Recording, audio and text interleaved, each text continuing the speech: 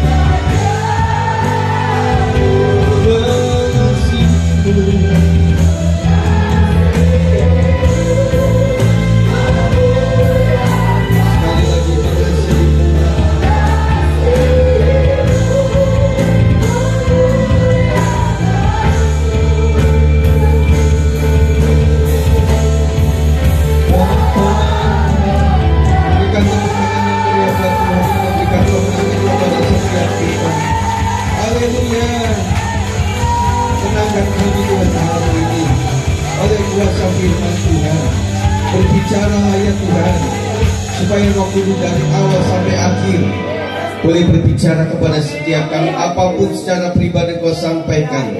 Hamba-Mu hanya menyampaikan apa yang menjadi tuntunan Roh Kudus saja. Tapi selanjutnya Tuhan, biar setiap hati, setiap pribadi boleh mengalami berkat daripada kebenaran firman Tuhan.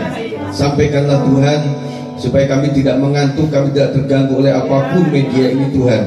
Tapi kami konsentrasi, kami tidak sia-sia hadir dan pulang membawa berkat-berkat-Nya. Demi nama Yesus, segala roh jahat, Kau tidak berkuasa atas kami hari ini, oleh karena Tuhan yang berkuasa atas hidup kami. Dalam nama Yesus kami siapkan hati, pikiran untuk memuliakan Tuhan dengan firman Tuhan. Haleluya, amin. Silakan duduk, saudara.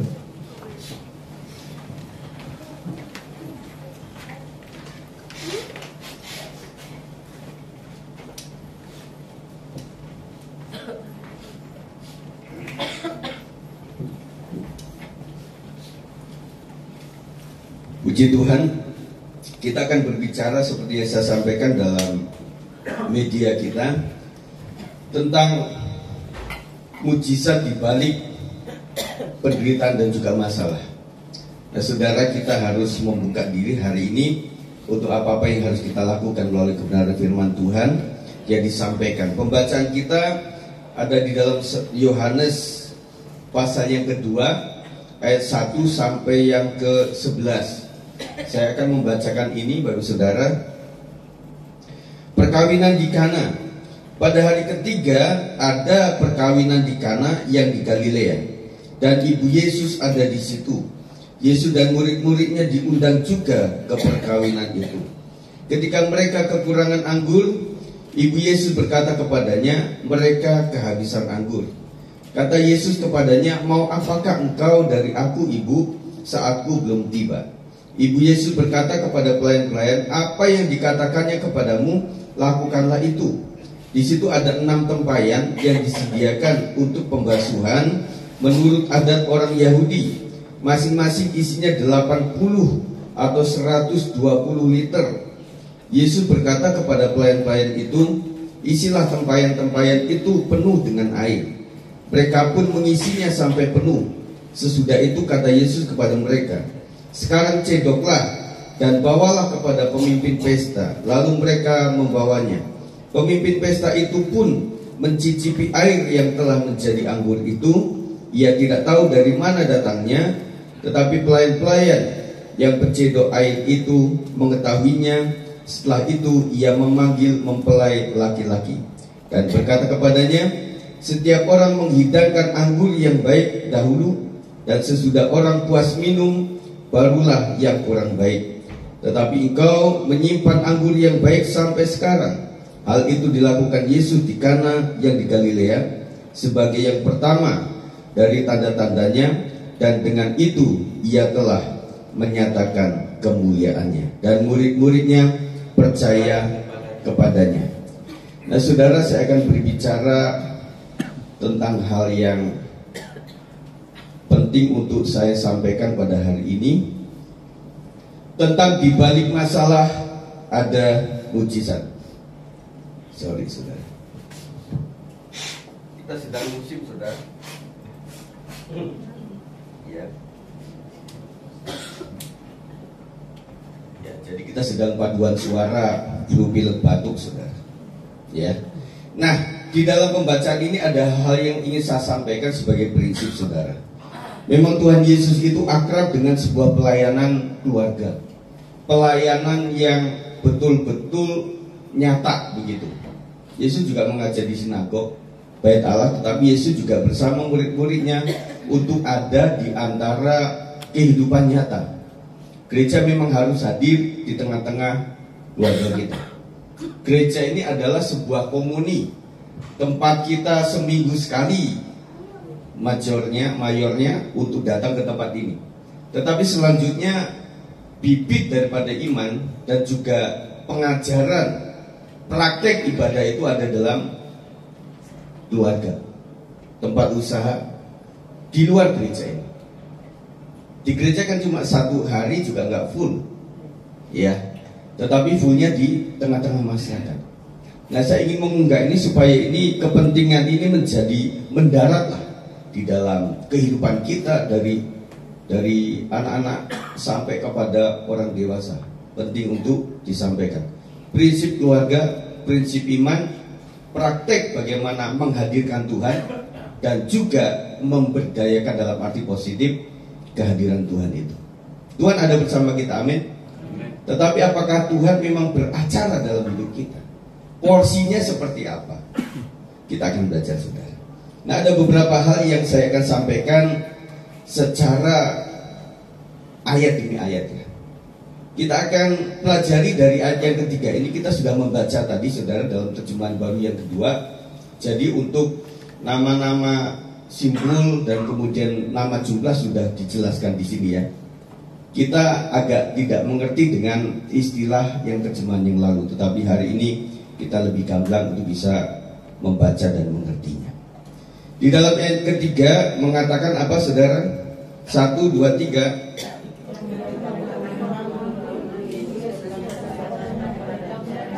Yes.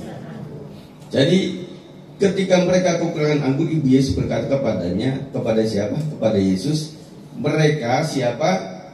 Yaitu panitia di perkawinan itu, termasuk keluarga di situ, bahwa kasusnya mereka kehabisan anggur. Kita belajar di sini saudara, Yesus hadir dalam keluarga kita, amin. Sejak kita percaya kepada Tuhan Yesus, sejak kita menghadirkan Yesus dalam keluarga kita, disitulah Yesus hadir. Selalu, always, selalu hadir saudara. Tetapi apakah kita masih berkonsep bahwa kita sudah menghadirkan Tuhan, berarti non masalah? Nah, kita berharap seperti itu saudara. Tetapi yang terjadi adalah Yesus hadir pun ada masalah, gitu loh.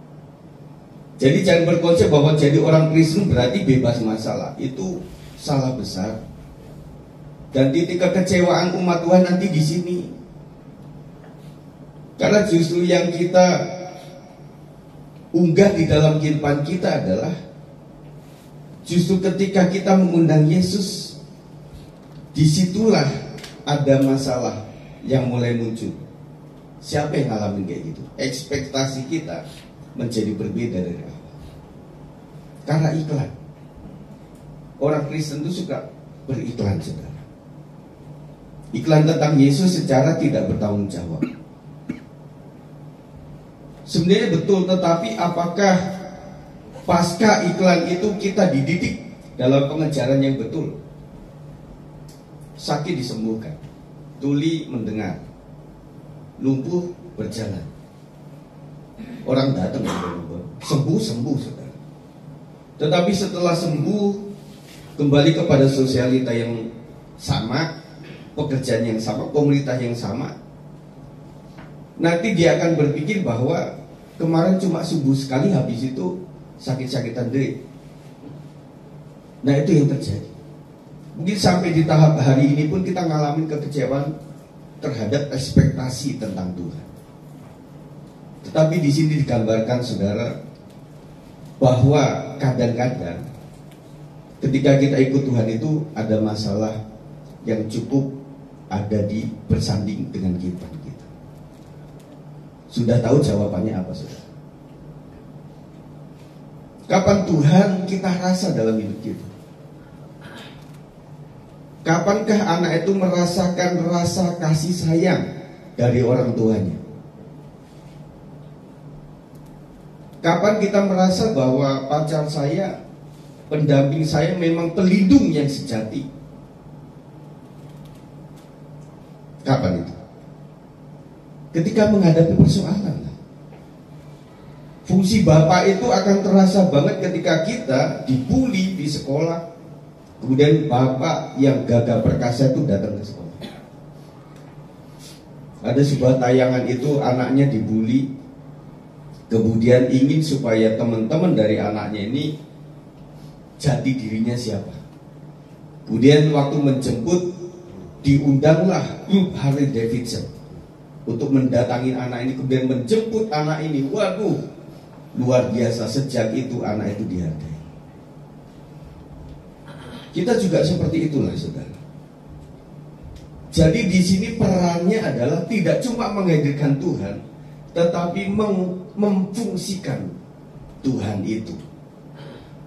Ini prakteknya sangat gampang kita deteksi. Orang Kristen dengan Tuhan, tetapi tidak dalam arti positif menuhankan Tuhan, itu akan terlihat. Percayalah. Dia akan marah disebut nggak percaya kepada Tuhan. Tetapi hari-hari hidupnya, apakah dia doa sama Tuhan? Itu menjadi pertanyaan. Karena percaya kepada Tuhan itu harus berdoa kepada Tuhan, menghadirkan Tuhan, mengkaryakan Tuhan itu dengan cara kita memohon, meminta kepada Tuhan. Kita merasa bahwa tingkatan level rohani kita masih pendek, saudara, masih kecil. Ada orang-orang rohani yang bisa kita berdayakan di situ. Ada pembina-pembina rohani.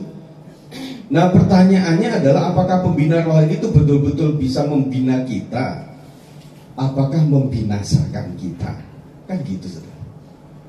Nah, karena kita berpikir orang pembina malah dia minta binaan dari kita. Ini kok kebalik-balik, saudara.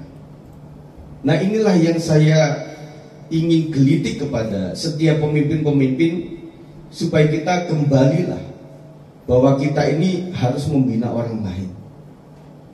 Dan rasanya kita pengen mundur, saudara. Aku nggak layak lah untuk membina orang lain. Aku perlu dikaryakan dulu, hidupku berubah dulu. Tetapi intinya adalah ketika orang betul-betul menghadirkan Tuhan di dalam perjamuan itu dan kemudian memperankan Tuhan, disitulah letak bagaimana karya Tuhan di dalam hidup kita. Mulai hari ini kita perankan doa-doa kita. Kita kan punya senjata luar biasa. Lebih dari pemenang, kan gitu, saudara. Di sini mah kita all out waktu menghadapi masalah di usaha kita. Kita kok kayak tempe, kalah sama orang-orang yang lain, saudara. Nah, kita rasa itu kan, saudara. Makanya kita akan bangkitkan kembali lah. Kita menjelang 2024, banyak hal yang kita harus benahi, saudara. Yaitu dari tataran pemimpin. Kita ada pemimpin komsel, ada bidang, ada komisi. Nah, kita membutuhkan itu. Kita harus dicas kembali lah. Karena dari situlah muncul pengurapan itu dari kepala Harun sampai kepada. Nah, para pemimpin harus memiliki pengurapan, saudara. Makanya, saudara, catatan yang awal adalah kita jangan berani bikin apa-apa kalau kita tidak mengkaryakan Tuhan di dalam pembangunan itu. Kita bisa bangun rumah tangga, tetapi apakah Yesus yang sudah ada dalam rumah tangga itu kita betul-betul perankan? Kita bisa membangun usaha. Apakah betul kita sudah melibatkan Tuhan dari awal? Dan perjalanan itu minta bimbingan, restu daripada Tuhan. Kita sudah membuat ada komisi, bapak-bapak, komisi wanita, komisi profesi, ada teams. Apakah para leader di situ betul-betul melibatkan Tuhan di dalam hal itu? Saya ingatkan bahwa mending kita tidak ada komisi, tidak ada apa-apa kalau tanpa Tuhan hadir dan dikaryakan dalam itu. Ekspresinya apa? Ya harus ada doa-doa. Apakah ada sebuah muatan kita itu terbeban kepada jiwa-jiwa di komisi itu, dan kemudian ada tim doa, tim kecil saja, 2-3 orang. Kita akan mulai di 2024. Kita rasanya ngundang orang tanpa Roh Kudus bekerja itu susah.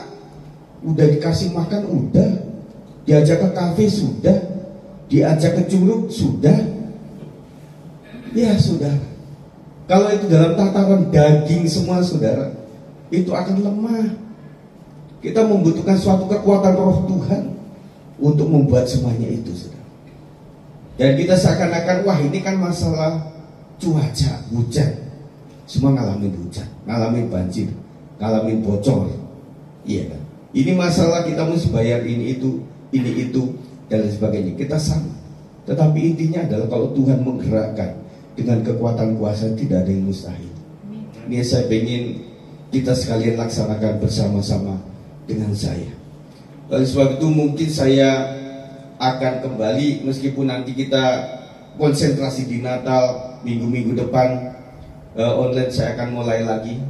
Karena saya rasa ini wilayah juga sudah tidak mengadakan dan sebagainya.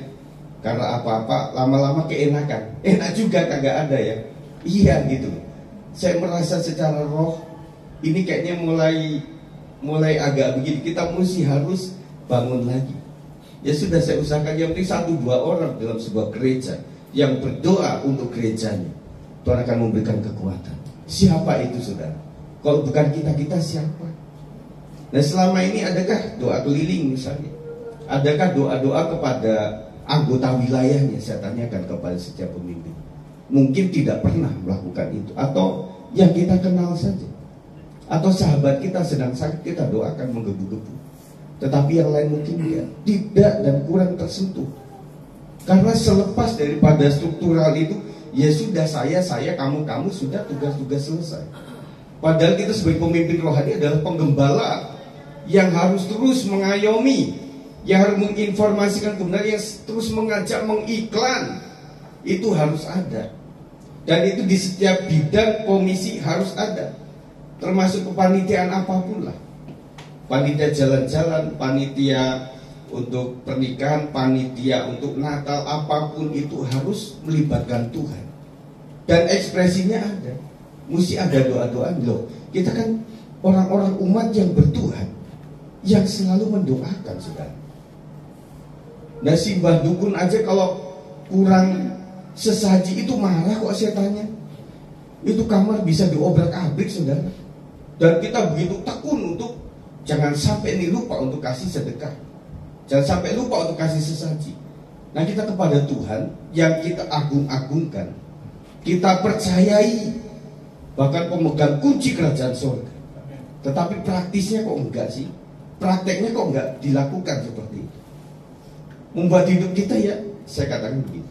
Setiap apa pun yang kita usahakan, kita bangun, selalu ada titik kelemahan. Pesta ini kurang anggur, itu terjadi. Makanya bahaya saudara. Kita sedang membangun sebuah komunitas, kemudian Tuhan sudah kita hadirkan dan kita tidak fungsikan, maka kekurangan tetap akan terjadi. Maka dalam setiap proyek itu selalu ada nilai penyusunan, ada nilai minusnya kita hitung di situ. Di dalam sebuah proyek ini makanya ada yang disebut itu yang untuk yang lain-lain itu berapa persen kira-kira dalam sebuah pendanaan? 10%. Itu untuk mengcover itu semua. Dana coba kita up berapa? 2% sampai 10%, supaya kira-kira pada saat ini sedang dibeli itu kursnya sudah naik atau biayanya sudah membengkak. Kita kan punya rancang kayak gitu, saudara. Makanya kata orang, membangun dari awal itu lebih mudah dibandingkan merenovasi. Renovasi banyak salah, saudara. Pak tukang, coba naik ke atas nih, kira-kira berapa yang dibutuhkan untuk plafon dan juga reng, usuk dan sebagainya itu. 5 juta lah, Pak. Setelah perjalanan, saudara, seminggu 5 juta udah kita gelontor, belum terpasang juga, sampai nembus 10 juta. Dan dalam sebuah pembangunan, membangun rumah tangga, membangun usaha, kemudian membangun komunitas, itu selalu ada nilai di mana itu akan ada kekurangan di situ. Itu, ya. Nah, kemarin saya dengan adik kita, keluarga baru, Bang Oto dengan Putri, secara subjektif saya sudah ukur itu. Bagaimana ini ada nilai yang harus di-encountering, yang harus dioperasikan. Yang pertama dengan kekuatan, keinginan, motivasi yang sungguh-sungguh, dan andalkan Tuhan. Nanti siapapun yang saya hitung ukur pasti ada nggak sampai 100%. Hubungannya paralelnya banyak. Tanya kepada mereka ini. Jadi kalau masih ada prosentase sekian, itu adalah prosentase perjuangan yang harus diperjuangkan. Dan saya pun kalau mengukur diri sendiri waktu itu, saudara, mungkin nilai saya bisa 60%.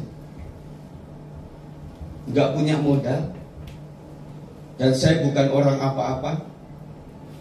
Kami keluarga yang melayani, hidup dari anugerah Tuhan.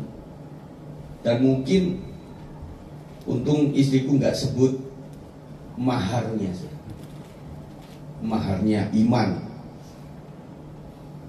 Kalau dihitung mahar mungkin saya ya berhenti. Tetapi puji Tuhan, calon mertua itu nggak berbicara di situ. Nggak bisa 60%. Jadi 40% itu perjuangan buat kami. Sejak awal kami tidak memiliki rumah, menjadi kontraktor, saudara. Kami sempat di Cibaduyut, yang susah air di situ, saudara. Air itu adalah air muara bekas itu. Kalau tempat industri mah keren. Kemana Cibaduyut? Oh, sepatunya keren-keren. Mari kita ke sana. Tetapi ketika ada di sebuah perumahan setelah TVRI masuk ke sana, TV Bandung itu, waduh itu saudara, kita giliran air tuh kalah sama orang-orang yang di depan itu. Kita mesti berapa melewati jalan-jalan karena kami di belakang itu. Kemudian pindah lagi di Ciboleran, yang tempat orang-orang melahirkan, banyak hantunya. Kemudian sampai di sini. Nah itu 40% yang kita perjuangkan. Kita tidak punya modal untuk itu. Makanya saya pengen ukuran ini adalah diberikan kepada anak-anak muda yang mulai menjalin hubungan percintaan. Jangan menjelang nikah, itu udah kelewat. Itu udah tidak bisa ditolong. Saya akan bertanya tentang banyak hal tentang keluarga. Kalau mereka nilainya 40% tanpa iman yang kuat, tanpa komunikasi yang baik, mending mundur. Itu. Tetapi rata-rata tidak ada lah. Misalnya kemudian saya ada kedetek dekat itu, langsung saya ayo panggil, kayak mau pengarahan, mau pernikahan juga salah, ini terlalu ke depan. Tetapi saya rasa penting untuk memberikan itu. Atau mungkin di anak-anak profesi atau anak-anak youth itu perlu saya ungkap ini. Pertanyaan-pertanyaan yang harus mereka jawab. Wah, kita kan sudah saling mencintai, Pak Gembala. Wah, pokoknya kita nggak modal pun kita bisa kok melakukan itu. Iya. Tetapi kenyataannya nggak begitu. Nah, harus kita tidak cuma menghadirkan Tuhan, tetapi memfungsikan atau tidak. Kita bisa panggil montir cuma lihat-lihat saja, ya udah lihat ya sudah, ya silahkan pulang Pak. Itu mobil mogok saudara, akan seterusnya tidak akan ditangani. Tetapi membutuhkan hal-hal yang khusus untuk ditangani. Nah, Yesus hadir pun ada masalah. Dan bahkan perkiraan saya, justru Tuhan hadir itu akan menunjukkan mujizat. Jadi masalah itu adalah masa di mana Tuhan ingin tunjukkan kehadirannya. Amin, saudara. Jadi kita itu berpedoman bukan mujizatnya, tetapi kalau tanda Tuhan sudah hadir, sudah ada di dalam kehidupan kita, kita tidak perlu cari-cari tanda yang lain, saudara. Nggak perlulah. Emang betul ya, Tuhan berkata, loh kemarin kan Tuhan sudah tunjukkan itu. Dan kemarin di WB saya bilang, ada orang yang bilang ya, nanti dikonfirmasi lagi, bahwa biaya untuk oksigen para astronot itu kurang lebih, nggak tahu tahun berapa ukurannya, tetapi kurang lebih 1 hari itu membutuhkan biaya 3 miliar. Jangan saudara bilang, Pak saya beli oksigen nggak sampai Pak MM-an. Loh kita kan masih ada oksigen di sekitarnya. Kalau di planet sono saudara, itu nggak ada oksigen sama sekali. Itu 3 kok 1 bulan berapa? Kita lupa, bisa nafas itu anugerah Tuhan. Ya. Nah saudara, yang kedua kita lihat di sini di ayat yang keempat. Kata Yesus kepadanya, mau apakah engkau daripadaku, Ibu, saatku belum tiba. Di sini kita belajar bahwa Yesus selalu memiliki waktunya sendiri, disebutnya kairos. Yang kedua, titik kekecewaan kita adalah ketika kita memanage Tuhan melalui doa kita dengan sebuah target tertentu. Itu yang membuat kita kecewa, serius. Yang Pak Gembala ngalamin, ya ngalamin. Karena kalau kita doa sama Tuhan pasti taken waktu, deadline. Pasti begitu. Sampai pada kedewasaan rohani, akhirnya doa kita akan beda. Up to God, yang terbaik. Tuhan punya waktu yang terbaik. Kita minta 3 hari, Tuhan kasih seminggu. Kita minta seminggu, Tuhan jawab di bulan depan. Kita minta 2 bulan mendatang, Tuhan jawab hari ini. Karena Tuhan tahu yang terbaik untuk kita. Pokoknya dalam doa kita supaya nggak kecewa Bapak Saudara, katakan, Tuhan saya punya permintaan ya Tuhan. Sebagai makhluk manusia daging yang butuh waktu, punya deadline dan sebagainya, tetapi harus diakhiri, tetapi kehendak-Mu lah yang jadi. Seperti doa Yesus. Kita aman saudara. Wah kita kok belum dijawab. Waktu Tuhan yang terbaik. Waktu Tuhan yang terbaik. Oh kalau nyanyi mah keren saudara. Sambil vokal tuh, waktu Tuhan, wah goyangannya mah keren. Tetapi pada saat kenyataan, kapan Tuhan? Kapan Tuhan? Kapan Tuhan? Dan selanjutnya menjadi salah adalah bahwa free will kita tidak pakai. Kita serahkan kepada Tuhan, terserah Tuhan. Kita juga terserah. Nah itu salah. Waktu kita bilang up to God, Tuhan bilang up to you. Kan gak nyambung saudara.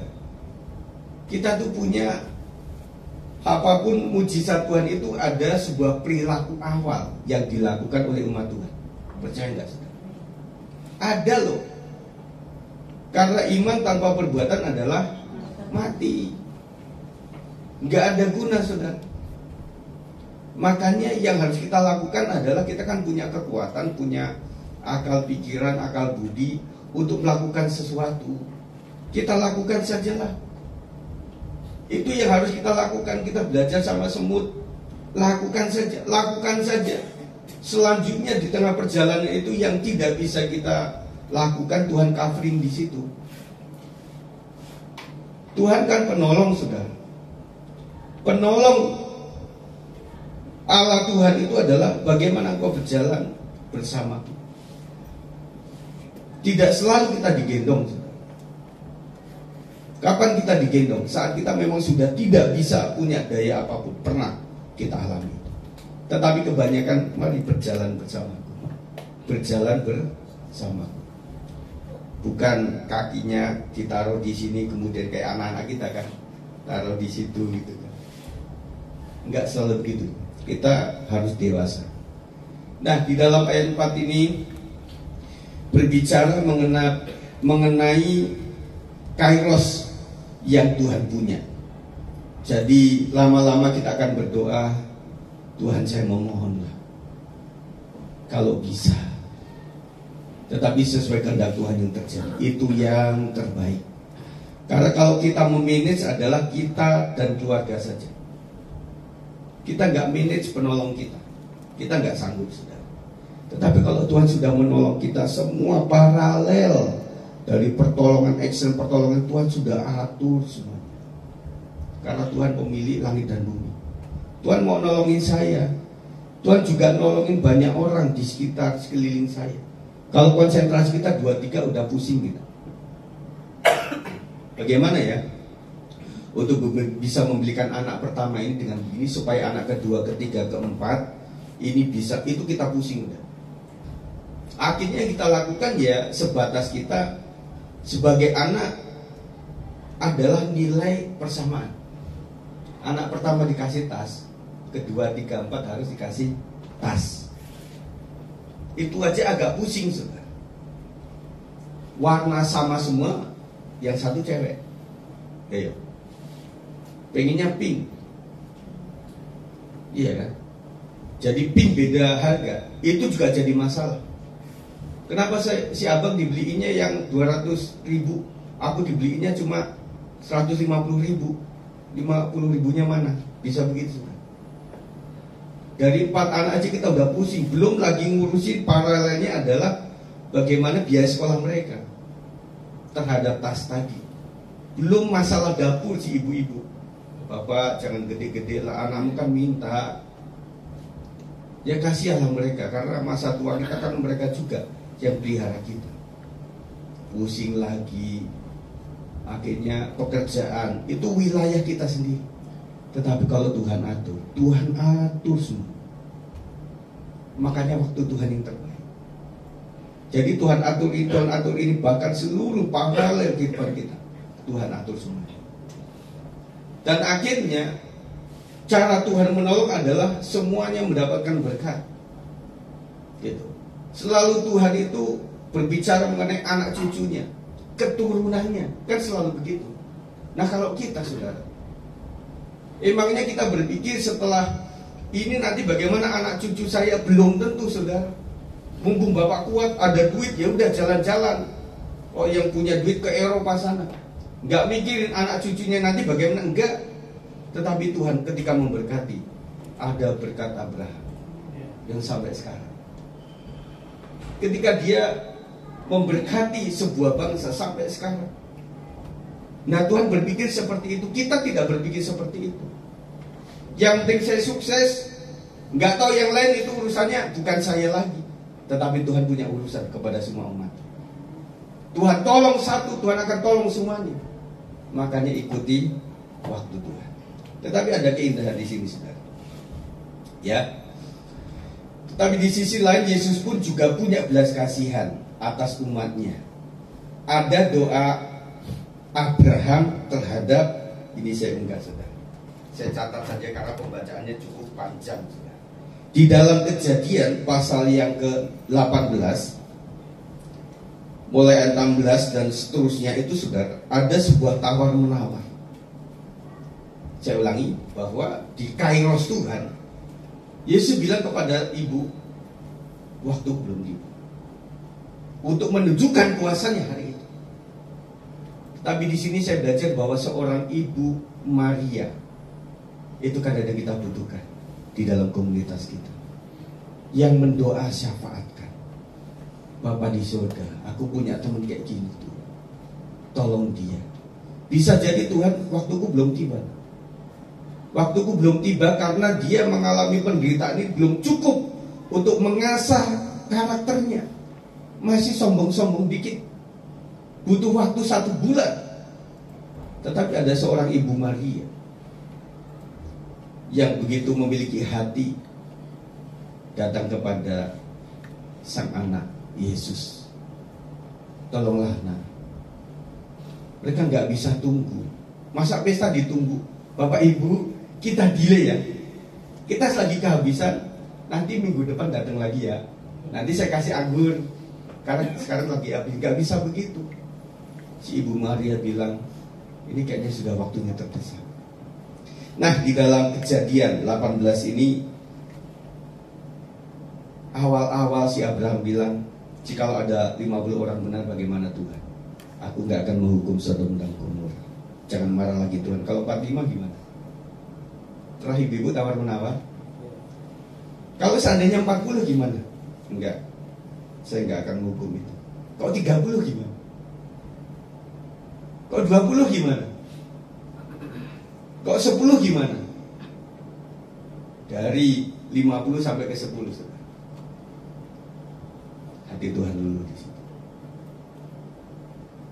Ada hal-hal yang dimana kita mendapatkan hati Bapa, yang seharusnya melihat kebandelanmu, anakku, kau sebenarnya belum dapat lah yang kayak gini. Tetapi Tuhan luar biasa lah atas hidup kita. Jadi ada dua ibu, bapak-bapak, saudaraku yang dikasih oleh Tuhan. Yang pertama, Tuhan punya kairosnya sendiri. Waktu Tuhan menjawab kita.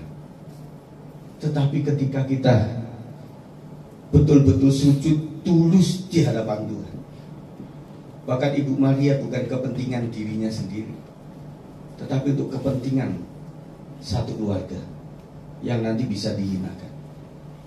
Seorang ibu datang kepada putra. Amin. Jadi dalam doa kita harus ada dua unsur ini.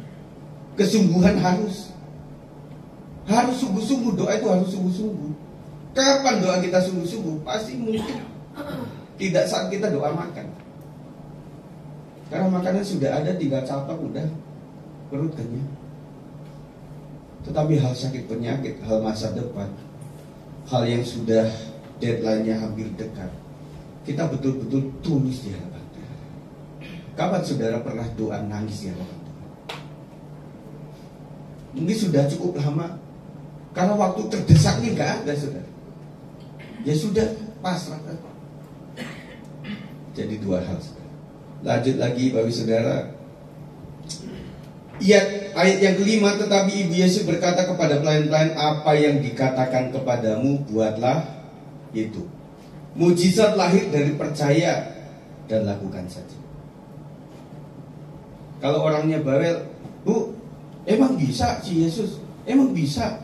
Dia kan biasa gergaji, kan tukang kayu. Dia biasa angkut-angkut itu apa? Kayu. Emang bisa dia? Emang bisa? Emang bisa? Nah, kadang-kadang itu di dalam iman, di hati kita bertanya begitu. Kita lupa bahwa Tuhan itu bisa segalanya. Betul nggak?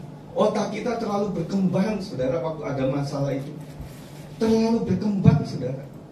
Jadi ketulusan, kepolosan, kesederhanaan kita itu kita lupakan. Percaya saja. Di dalam Matius 9 ayat 21 mengatakan, karena katanya dalam hatinya, asalku jamah saja jubahnya, aku akan sembuh. Ya kayak gini, saudara. Iman sebiji sesawi, kecil, tulus, tidak neko-neko. Jangan pernah kita itu menghitung Tuhan sebagai seperti makhluk lain. Emang bisa ya Tuhan? Emang betul ya? Emang bisa sembuh gitu? Emang bisa? Loh, kadang-kadang kita sedang berbicara seperti tanah liat kepada penjunan. Emang kamu bisa buat saya jadi kayak gini, kayak gini? Ini sederhana, tetapi inilah yang kita harus. Jadi lakukan saja sesuai firman Tuhan. Makanya iman kita harus kolaborasi dengan firman Tuhan. Kita baca firman Tuhan, kita hayati, kita nikmati, kita kunyah secara rohani. Oh iya, bisa, harus bisa. Kita kalah sama motivator. Kamu bisa, katakan kamu bisa, pasti kamu bisa. Lepas dari pertemuan itu kita semangat, saudara. Cari jiwa-jiwa. Downline namanya. Kita semangat banget, saudara. Makanya firman itu harus direnungkan siang dan malam. Kita renungkan, saudara. Jangan kebanyakan renungin nasib. Nasib kita mirip-mirip lah. Kita bukan miliarder, bukan jutawan, saudara. Kita pekerja keras. Sehari ada, sehari habis. Sebulan ada, sebulan. Belum sampai sebulan, udah habis lagi. Kita sama. Kita nggak meretapi itu di bawah pohon toge. Nasibku seperti itu, tidak. Tetapi kita berkata ke iman, aku bisa lah, aku bisa. Kamu bisa lah, nak. Kau bisa lah, nak. Memang bisa, ini kan biaya besar. Kita punya Tuhan yang besar.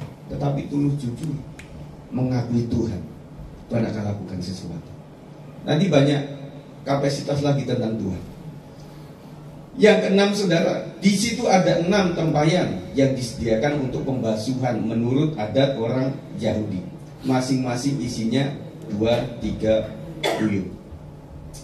Kita sedang berbicara mengenai media alat Tuhan untuk memberkati. Ini fungsinya agak beda.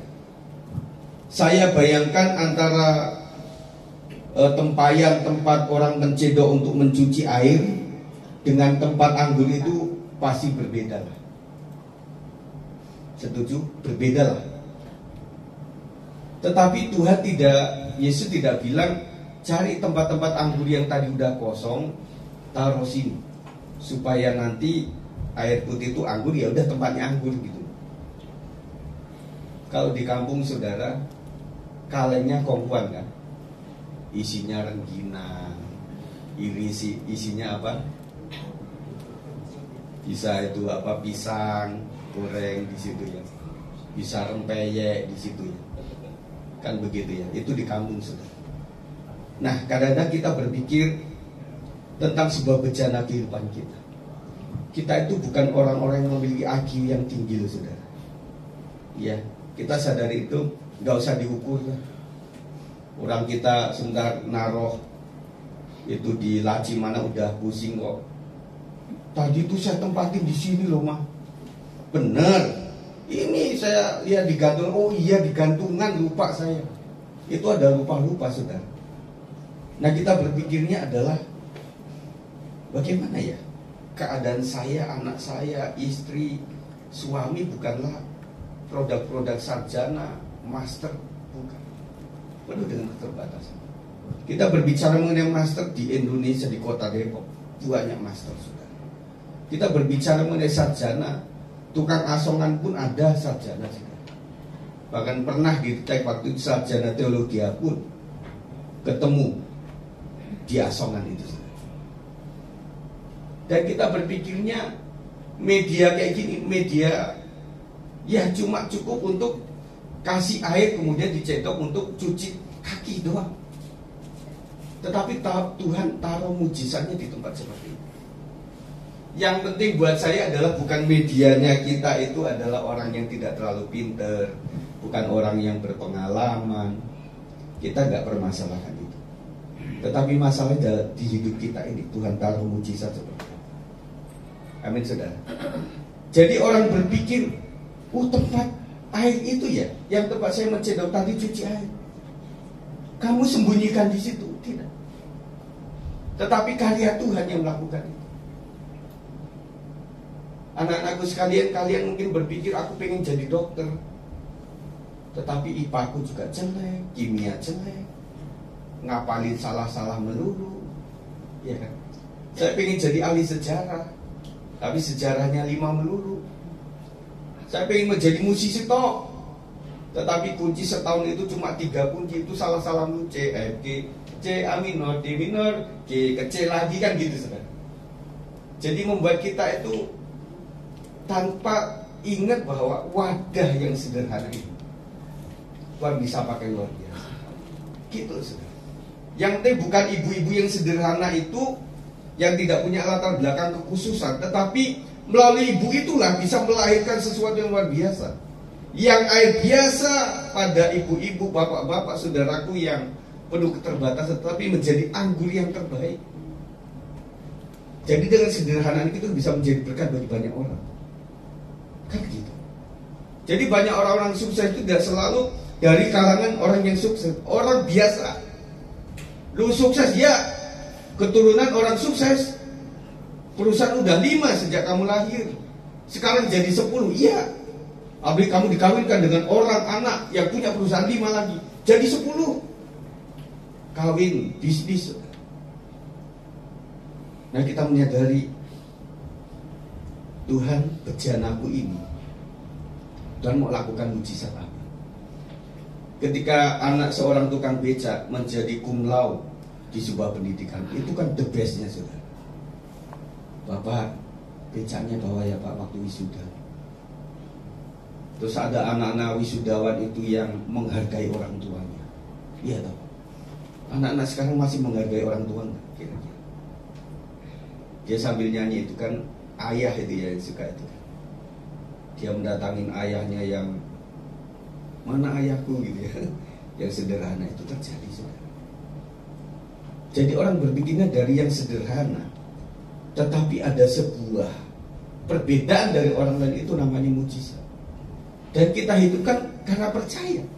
Orang benar hidup karena iman. Iman itu yang menciptakan sesuatu yang tidak ada menjadi ada, udah gitu aja. Apapun kita batasin kan. Iya, kalau Tuhan misalnya utang kebayar, oke itu. Tapi kalau masalah organ tubuh ini sudah lain ini udah. Kita agak lupa bahwa Tuhan itu adalah pencipta tubuh kita. Tidak terjadi pada saya, Pak. Tetapi tidak terjadi bukan berarti kita menunjukkan bahwa nilai Tuhan turun, tidak. Tuhan mah tetap Tuhan, saudara. Mau orang bego-begoin, mau orang hina-hinain, dia tetap Tuhan. Dan suatu saat nanti lutut akan bertelur, lidah mengaku bahwa Yesus adalah Tuhan. Udah, selesai. Terserah apa kata orang. Tapi itu yang menunjukkan. Yang terjadi di Timur Tengah ini, kita orang percaya selalu mengacu kepada firman Tuhan. Ini tertulis. Ini tertulis. Ketua BPP kita, Bapak Pendeta Rubin Adi, Abraham sudah kasih sebuah pencerahan itu. Lihat lagi, tonton lagi, dengar itu, saudara. Kira-kira seperti itu. Pementahan itu ada di sini, saudara. Apapun tentang sana mesti berkaca dari sini. Dan sampai kejadian-kejadian itu sudah ada di sini.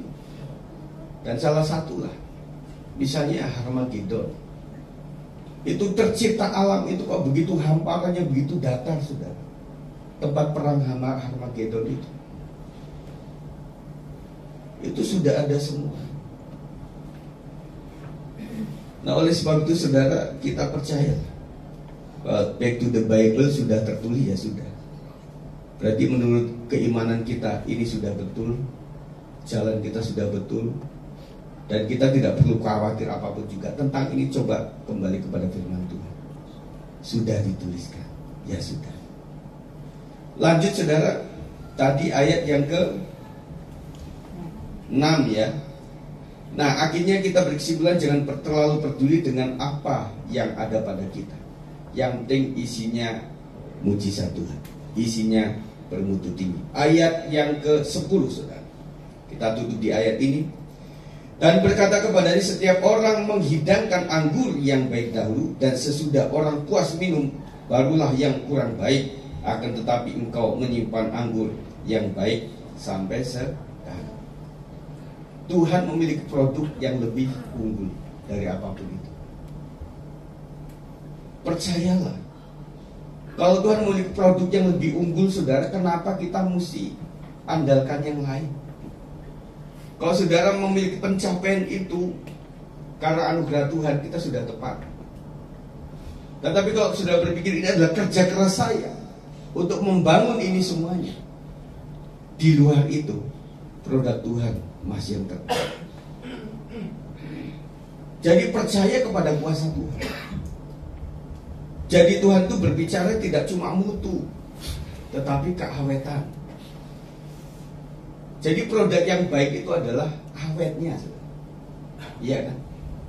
Kadang bapak-bapak masih cari produk lama karena bahan bakunya lebih bagus. Wah, ini mobil tua tapi kaleng. Iya kan? Kaleng. Hardtop, saudara, nabrak tiang listrik, tiangnya bengkok, saudara. Tapi mobil sekarang nabrak trotoar, itu langsung hancur. Tapi memang ada aturannya, bumper tidak boleh keras. Karena kalau nabrak orang bisa habis di situ, bisa patah. Itu aturan. Tetapi artinya bahwa produk bermutu itu adalah ada yang Tuhan ciptakan. Ada yang Tuhan ciptakan. Kita agak lupa di situ bahwa ketika kita menyerahkan kepada Tuhan, hasilnya kok luar biasa. 5 tambah 2 ya berapa? Tetapi bisa sisa sampai 12 gram. Itu adalah produknya Tuhan. Dan Tuhan pencipta seluruh alam ini.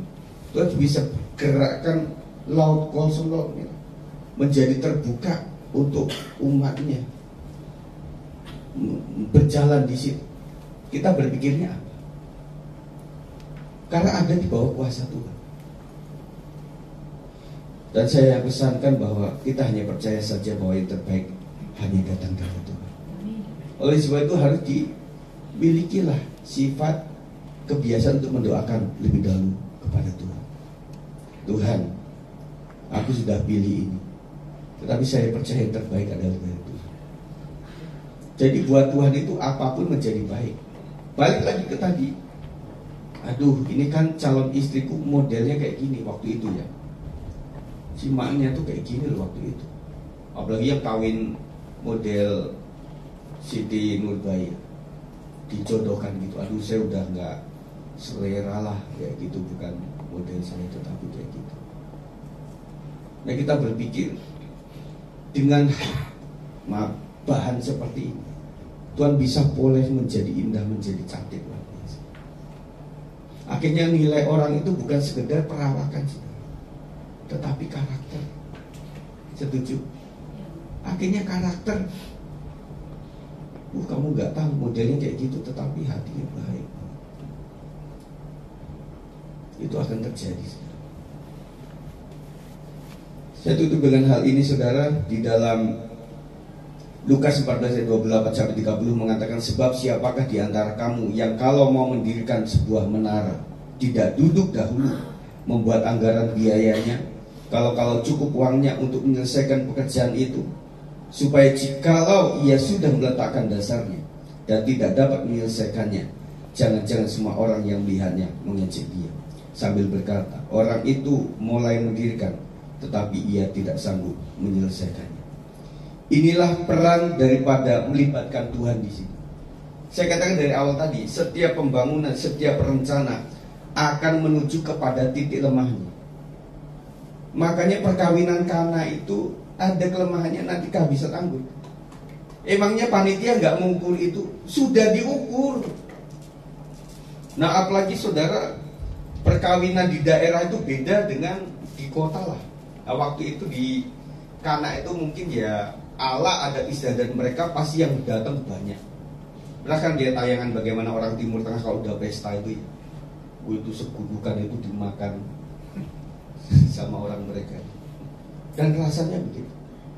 Suatu saat di dalam hidup kita akan salah hitung, iya.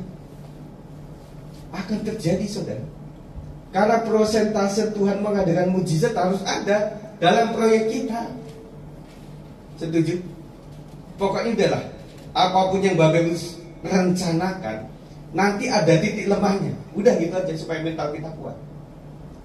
Nah, titik lemah itulah di mana Yesus hadir, yang sudah kita undang untuk berperan di situ. Gak ada yang sempurna pembangunan itu, gak ada. Pekerjaan gak ada yang sempurna. Kita bikin komisi apapun pasti ada titik lemahnya. Banyak ngumpul ya salah, kurang ngumpul juga salah. Banyak action kemana-mana bisa salah, nggak action juga bisa salah. Makanya kita berpikirnya, Tuhan rencana saya kayak gini Tuhan, pasti nanti yang tidak terdetek oleh saya. Makanya saya sering berdoa gitu, Tuhan tolong ingatkan kami apa-apa yang masih kurang. Kalau Bapak Ibu masih ingat doa-doa saya, ya saya percaya sejenius kita untuk apapun kita banyak berhubungan dengan banyak hal, situasi, orang, dan benda, serta cuaca. Kita sudah aplikasikan kayak gini nih, kira-kira Nggak taunya banjir, saudara. Yang seharusnya lurus itu jalan, kita mesti muter. Kadang kita nggak prediksi itu. Disitulah kita doa. Disitulah kita doa. Waktu ke Lampung ada 2 yang saya hindari, saudara. Saya sudah doakan dan terjadi. Yang pertama, saya nggak mau nyetir malam. Berangkat saya nyetir malam. Kemudian dari Liwa ke Pulung Kencana saya nyetir malam. Kemudian waktu pulang dari Merak ke sini saya malam lagi. Padahal mata saya ini udah sipit kayak begini, saudara. Itu makanya setelah pulang kurang lebih 2-3 hari saya udah lelah banget. Tetapi saya bersyukurnya itulah kalau kelelahan itu terjadi waktu di jalan. Itu bahaya, saudara. Itu truk ya Pak ya. Itu truk ada yang nggak ngalah juga kadang-kadang. Kan sudah dikasih tahu truk itu sisi sini, ada aja di situ. Udah pelan gitu. Aduh kita bersiwa. Ya asik sih. Yang kedua adalah kamu itu juga pesan Pak Gem nanti dari Liwa itu jangan belok ke arah yang itu berbahaya. Kami lewatin itu. Aduh. Karena kan saya nggak tahu kota bumi itu modelnya kayak apa, udah nyampe atau belum saya nggak tahu gitu. Jadi sebelum kota bumi ternyata kami ke kiri. Waduh, bapak udah telepon ini anakku, di telepon nggak bisa kan untuk GPS tuh, telepon handphonenya itu. Nah setelah nyampe di situ, waduh, si bapak cerita, kemudian anak muda di situ cerita, kemudian orang Indonesia cerita, waduh Pak, itu sarangnya begal Pak.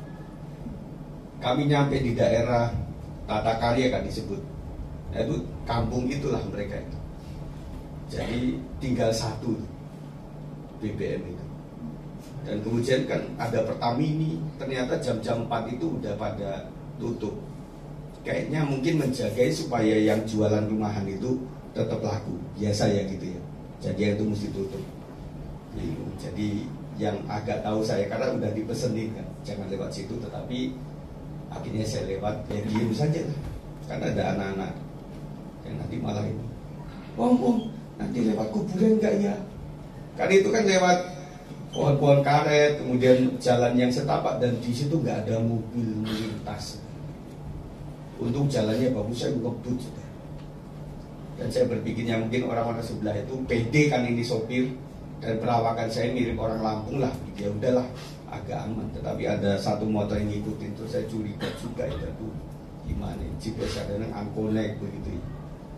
Nah, akhirnya nyampe lah di situ ada jualan Pertamini di rumahan itu, akhirnya dapatlah kita 4 strip di situ, aman begitu. Nah nyampe di situ, wah udahlah pada cerita di situ, tahu nggak di situ sarangnya, kemudian ada satu pendeta yang naik motor di situ dibacok helmnya gitu, ditangkis akhirnya luka-luka. Dan bahkan yang lucu, kita berpikir kalau konvoy aman ya Bu ya di Lampung itu, ternyata ada satu rombongan bus wisata yang itu semuanya diturunkan, dipretelin semua itu. Satu bus loh. Jadi betul-betul saudara, ya artinya ini sebuah perjalanan. Kita sudah hitung kok. Pokoknya saya jangan sampai 2 ini, tetapi terjadi. Artinya ada sesuatu yang dimana Tuhan mungkin harus bekerja di situ. Jadi waktu saya khotbah tentang sebuah perjalanan hidup itu mudah. Kadang Tuhan kasih sebuah masa dimana 80% udah maksimal buat kamu, tetapi 20% bagaimana kamu mengandalkan Tuhan, bagaimana kamu beriman. Oh saya doanya kenceng saudara, saya kenceng saudara.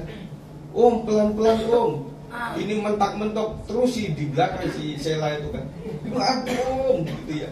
Udah pokoknya saya berusaha untuk agak cepat saja lah, supaya sampai kepada jalan lintas yang gede gitu ya. Udah pikiran saya, aduh Tuhan gimana ya, aduh gimana. Kita nggak boleh tanya, kata Bapak, kamu jangan sampai tanya sama orang. Kalau udah tanya, wah itu udah makanan mereka. Itu udah jalan terus saudara. Ya begitulah saudara. Nah artinya Tuhan itu kasih porsi kepada kita untuk kita jantungan dulu. Nah doamu mesti agak kenceng. Nah iya udah. Makin saya nggak tahu itu jalan gimana, karena itu jalan masa kecil sampai wah ini kayaknya ini udah tepat nih, ada irigasi yang begitu, ini udah deket sama saya. Habis itu saudara, saya nyampe di rumah itu, saya mau mundur lagi. Saya pikir itu bukan rumah saya. Udah berubah semuanya. Yang tahu malah Bu Gina sama Pak Sab. Pak Gem, ini bener. Ini saya di foto ini. Kan ada tulisan GBI Pulung Kencana. Gak mungkin GBI lain itu. Saya mau mundur saudara. Ini bener. Saya renungin karena di dalamnya itu ada sorot itu bukan gerejaku, nggak kayak gitu. Ternyata udah banyak berubah. Kayak saya berpikir lama, maju lagi, masuk. Wah, ada adik di situ. Oh bener, begitu saudara.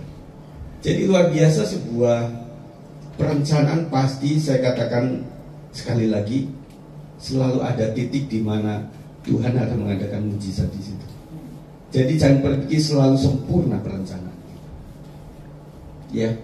Dengan demikian kita paham bahwa ini ada rencana sesuai otak saya. Tetapi nanti di perjalanan pasti bagaimana kita melibatkan Tuhan. Kita hidup oleh ini. Itu ada kesaksian hidup. Orang bertanya, Pak, gimana kamu bisa selamat? Pak, gimana kamu bisa dipulihkan daripada kehancuran ekonomi? Bagaimana kamu bisa disembuhkan daripada sakit penyakit? Bagaimana kamu bisa menyekolahkan, mau kuliahkan, atau juga menikahkan? Orang akan bertanya sama kita. Dan saya katakan begini, sebagai hamba Tuhan, selalu ada sebuah proyek perencanaan, ada kuasa mujizat di situ. Itu yang membuat kita bisa bersaksi. Kalau kita HP-nya banyak terus bisa berlian, itu kan ya sudah biasa, kamu punya uang, nggak usah disaksikan. Anak kecil juga tahu, nenek-nenek juga tahu kok. Tetapi ketika kita nggak bermodal, kita tidak menunjukkan itu bisa sukses, tetapi kita sukses, orang akan bertanya sama kita.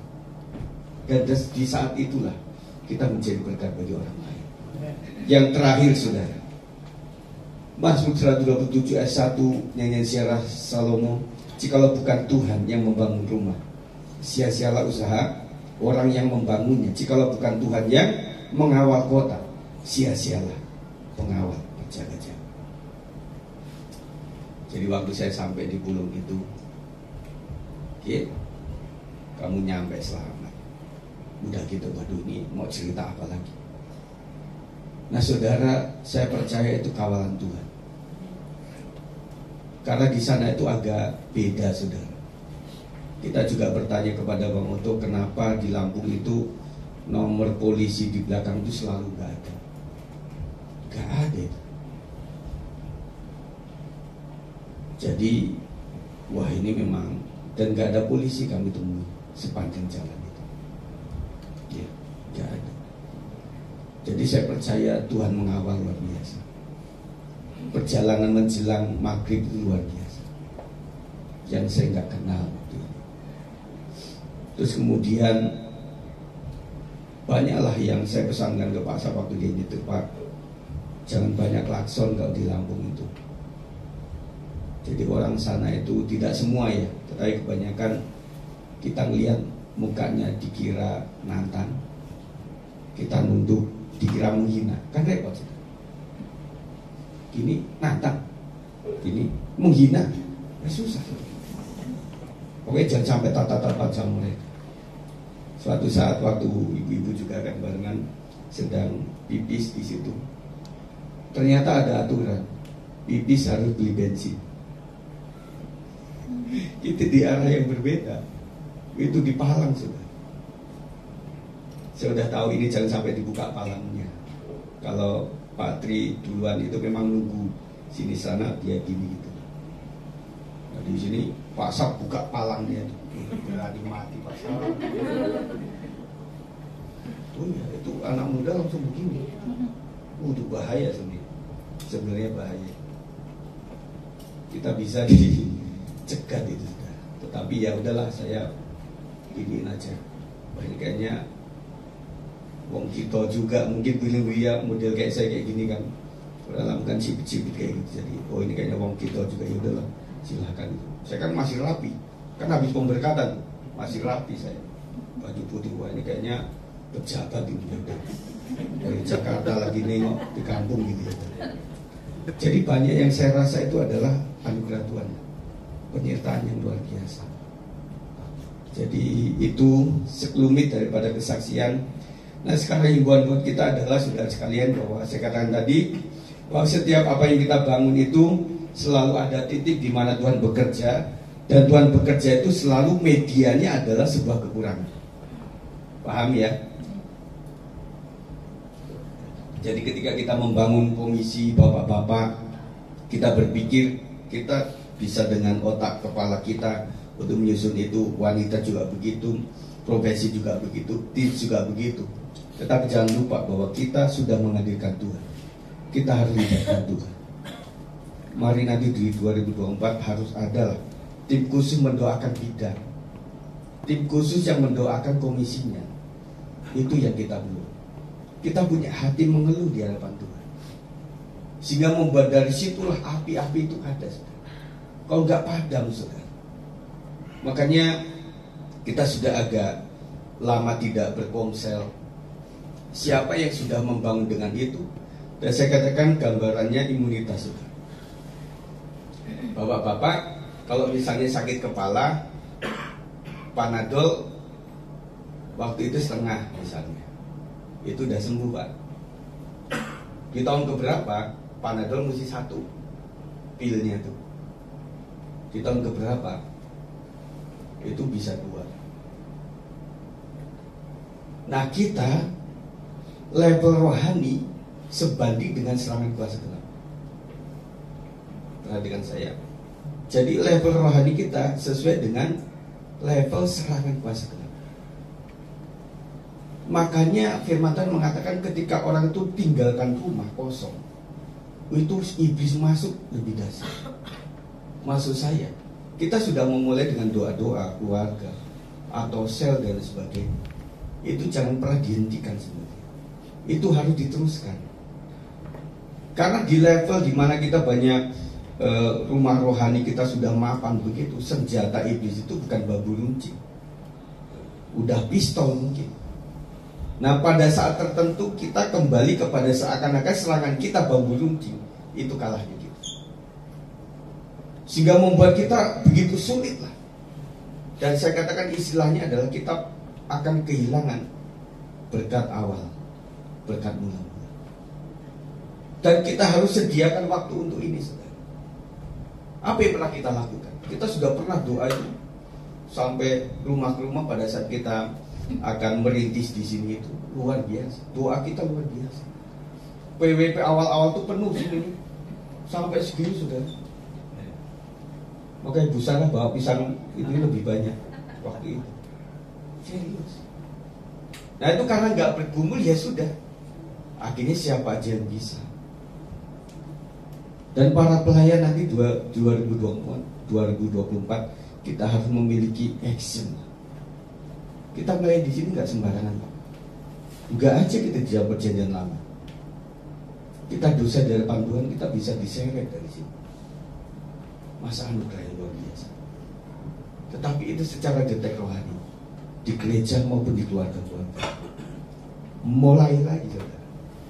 Jangan sampai kita hilangkan itu. Loh kita kemarin sudah kopral kok, sekarang jadi hansip lagi.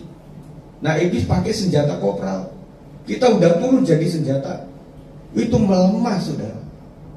Akhirnya gak berkhasiat, kita melayani juga kayak seperti sia-sia, atau seperti gak berdampak apa-apa. Nah saya membutuhkan orang-orang pembina-pembina rohani mendoakan untuk anak-anak didiknya, selain mendoakan keluarganya, mendoakan untuk anggotanya. Dan ketika doa terbeban itu pasti ada action, namanya khasnya gereja perkunjungan lewat telepon bisa. Karena perkunjungan pun ada etikanya, saya katakan. Nggak sembarang orang lagi masak datang tamu 5 di situ. Sebentar ya Bu, lagi bikin ini. Aduh, ini untuk 3 orang. Ini tamunya 5, gimana caranya? Maaf sebentar ya Bu ya, mau ke sebelah, ke warung lagi. Aduh, ini ngerepotin. Makanya saran dari gereja adalah perkunjungan jangan sampai mendekati jam makan siang atau jam makan malam. Aja mumpung, gak boleh saudara. Kalau bisa malah kita yang bawa. Kalau pas jamnya itu, Bu, kita udah OTW ya sesuai janji kemarin. Ibu lagi masak apa? Waduh, duduk. Enggak, kita bawa ayam gorengnya. Nanti untuk nambah-nambah. Kita di situ lah. Itu top, saudara. Jadi rasanya saling berkunjung mulai kurang. Karena saya berpikir, ya akhirnya kita berpikirnya, ya saya untuk saya dan keluarga saya udah. Padahal komunitas ini kita yang kuat adalah salingnya. Saudara. Saling di akhir zaman ini harus saling menopang satu dengan yang lain. Kita nggak tahu bagaimana seorang ibu berjuang untuk itu, seorang bapak berjuang dengan ibu. Makanya ini harus kita bangun saudara. Itu ya pesan saya. Nah kita akan mulai di 2024 dengan doa-doa yang sungguh-sungguh. Saya sebagai pembina apa, saya sebagai ketua bidang apa. Yuk Bu, kita doa secara berantai, kita doa keliling, kita doa secara online, nggak apa-apa saudara. Saya pilih online kalau berdua bisa lebih khusyuk. Karena satu hilang kelihatan. Kok 10 orang, 2 hilang nggak tahu. Sudah pengangkatan, 2 berkat, tinggal 1. Tetap kalau 2 orang kita bisa kita doa ya. Kita sebutkan. Karena perlu cuma 2-3 orang untuk mendoakan spesifik nama orang dan masalahnya. Kita tidak akan mendoakan spesifik masalah orang di sini. Betul. Dan butuh itu. Saya butuh itu saudara. Dan artinya kualitas daripada orang tidak bercabang lidah, orang tidak ember itu dibutuhkan dalam gereja. Karena kita sedang mendoakan peperangan rohani. Kalau nggak salah senjata, orang bisa, kata orang Jawa wirang, orang bisa dipermalukan gara-gara tim doa. Doa untuk khusus di kamar, doa ini untuk konsumsi publik, itu juga nggak beretik. Nah inilah yang saya bayangkan, kita membutuhkan ini, sosok ini, sosok ini. Dan kemudian kita akan coba refresh di tahun 2024. Coba bidang-bidang komisi kita coba giliran untuk bisa menjagai sama-sama. Aku sudah setahun 6 bulan untuk menjadi ketua ini. Coba giliran kamu ya, kita dukung sama-sama. Kita tidak model partai yang balas dendam. Ya udah kita bully dia aja, kita akan dia aja. Habis itu kita jatuhkan. Dia buat program, kita nggak usah ikutin. Enggak. Di dunia rohani tidak boleh begitu. Siapapun yang ada di situ, itu adalah tim kerja. Jangan ada seperti waktu saya mimpin dia cuek aja, giliran dia mimpin saya cuek juga. Kita tidak sedang dalam pencak silat sudah, yang saling mendendam itu enggak. Siapapun nanti, karena kita punya hak yang sama untuk bisa. Tahun depan kan pemilihan presiden, wakil presiden. Kita akan pemilihan, tapi artinya nggak kaku. Kalau memang yang bersangkutan masih dipercaya oleh teman-teman silakan. Tetapi ada bidang-bidang yang mewakili saya harus tunjuk itu. Ya, khas Gereja Bethel Indonesia sebenarnya mewakili siapa yang tunjuk dia. Seharusnya mewakili gembala saya yang tunjuk. Tetapi ada hal tertentu silakan kamu cari ketua yang paling tepat. Tetapi sifatnya bukan untuk membuli. Yuk kita hajar dia, kita aniaya dia, jadikan ketua. Enggak begitu saudara. Karena ini adalah pekerjaan Tuhan. Ingat, ini adalah pekerjaan Tuhan. Ini pekerjaan Tuhan, bukan untuk siapa-siapa. Nah bangkitlah teman-teman semuanya. Setuju untuk tahun 2024. Tetapi hari ini kita sudah bangkit untuk membuat kita yang baru lagi, supaya nama Tuhan dipermuliakan. Banyak jiwa-jiwa yang akan dimenangkan, banyak jiwa-jiwa yang kita doakan. Tanpa doa semuanya akan sia-sia. Rencana program, rencana perkunjungan harus kita doakan. Bahkan waktu kita akan memenangkan sebuah wilayah, kita perlu doa keliling yang terus menerus. Kita menangkan wilayah, kita menangkan itu. Dan itu harus kita lakukan. Kalau kita belum lakukan, kita harus lakukan itu di tengah kesibukan kita. Kalau urusan Tuhan kita openi, pasti urusan kita Tuhan akan jaga. Amin, puji Tuhan. Mari para pemain musik, kita akan datang kepada Tuhan. Dan biarlah firman Tuhan ini memberikan pencerahan kepada kita, kepada saya sebagai gembala, kepada pemimpin rohani, bahwa kita membutuhkan terus diupdate dan diupgrade. Puji Tuhan.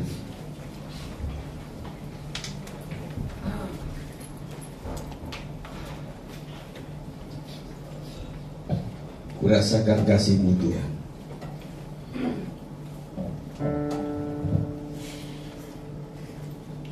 Haleluya. Kurasakan kasih-Mu Tuhan. Ku rasakan kuasa-Mu Tuhan. Ku rasakan kasih kuasa Roh. Ku rasakan kehadiran. Ku rasakan kasih-Mu. Ku rasakan. Siapa yang merasakan kebaikan Tuhan, merasakan kasih sayang Tuhan, mari angkat tanganku di hadapan Tuhan. Haleluya. Ku rasakan kasih kuasa Roh Tuhan.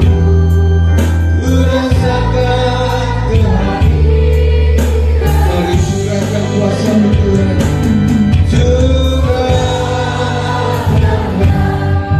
Kuasa-Mu Tuhan, mujizat terjadi di tempat ini.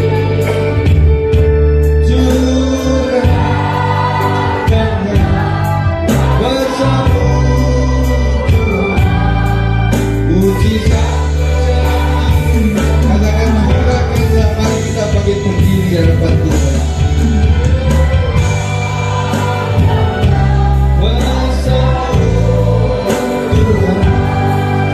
Mujizat terjadi di tempat ini. Curahkan Tuhan, curahkan kuasa-Mu Tuhan. Mujizat terjadi sekarang ini. Seperti saya katakan tadi bahwa setiap pembangunan di rumah tangga, usaha maupun dalam bidang pelayanan selalu ada wilayah di mana itu mungkin salah hitung, itu kurang dan membutuhkan mujizat Tuhan. Oleh sebab itu di segala proyek, bisnis, usaha maupun rencana kita harus ada persentase Tuhan bekerja di situ. Jangan sampai kita lemah dan akhirnya menjadikan apa yang kita sudah rencanakan menjadi berantakan. Disitulah Tuhan akan bekerja luar biasa. Sebagai pembina rohani, sebagai ketua-ketua bidang rohani, bahwa kau bertanggung jawab di hadapan Tuhan. Tidak cuma membuat sebuah program, mengajak dan sebagainya, tetapi harus engkau mendoakannya kepada Tuhan. Jiwa-jiwa yang mulai enggan untuk datang ibadah, jiwa-jiwa yang mulai terhilang, jiwa-jiwa yang kecewa, itu adalah tugas pemimpin-pemimpin rohani untuk mendoakannya setiap saat, setiap waktu, sampai terjadi mujizat luar biasa. Saya berharap melalui firman Tuhan ini boleh meneguhkan kita bahwa saya punya tanggung jawab, tidak boleh mengurangi di tahun 2024, tetapi harus lebih menambahi. Karena kapasitas yang Tuhan berikan adalah kapasitas yang bertumbuh. Kita sudah menggunakan senjata apa, dan kita tidak boleh tinggalkan senjata itu, karena iblis menyerang kita lebih dahsyat, dan terjadilah bahwa kita akan semakin lemah, semakin kurang semangat dan sebagainya. Oleh karena kita tinggalkan kebiasaan-kebiasaan yang baik sesudah kita lakukan. Tetap berdoa kepada Tuhan untuk usahamu, tetap libatkan Tuhan, tetap meminta pewahyuan daripada Tuhan. Apa Tuhan yang kau akan kehendaki aku lakukan supaya terjadi mujizat sehingga nama Tuhan dipermuliakan di proyekku ini. Terima kasih ya Tuhan, berkatilah semua keluarga-keluarga, berkatilah segala usaha mereka, supaya mereka mengandalkan Tuhan, tidak cuma menghadirkan Tuhan, tetapi betul-betul mengapresiasi kehadiran Tuhan, mengekspresikan rasa syukur kepada Tuhan, dan memohon senantiasa mujizat dilakukan. Karena di mana kami sudah angkat tangan di hadapan Tuhan, disitulah waktunya Tuhan turun tangan. Dan ketika Tuhan turun tangan, kau memiliki produk yang terbaik daripada produk manusia. Dan kami percaya Tuhan bahwa media yang kurang, dari tempayan-tempayan yang hanya untuk air, untuk cuci kaki dan sebagainya, dibuatlah berisi mujizat Tuhan. Dari air yang biasa menjadi anggur yang terbaik. Kami percaya anak-anak kami lemahnya seperti apa mereka, kurangnya apa mereka itu, tetapi ketika mereka hadirat Tuhan sudah turun ke atasnya, maka mereka menjadi anak-anak yang luar biasa. Tuhan berkati orang tua kami, nenek, kakek kami, dan juga om tante kami, dimanapun mereka berada Tuhan.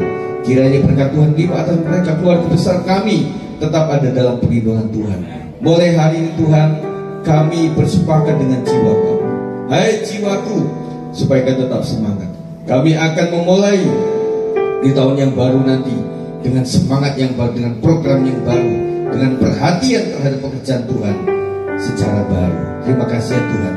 Berkatilah kami dengan firman ini. Dalam nama Yesus kami sudah berdoa. Yang percaya katakan amin. Puji Tuhan, silakan duduk kembali. Puji Tuhan Bapak Ibu Saudara, kita telah mendengarkan firman Tuhan.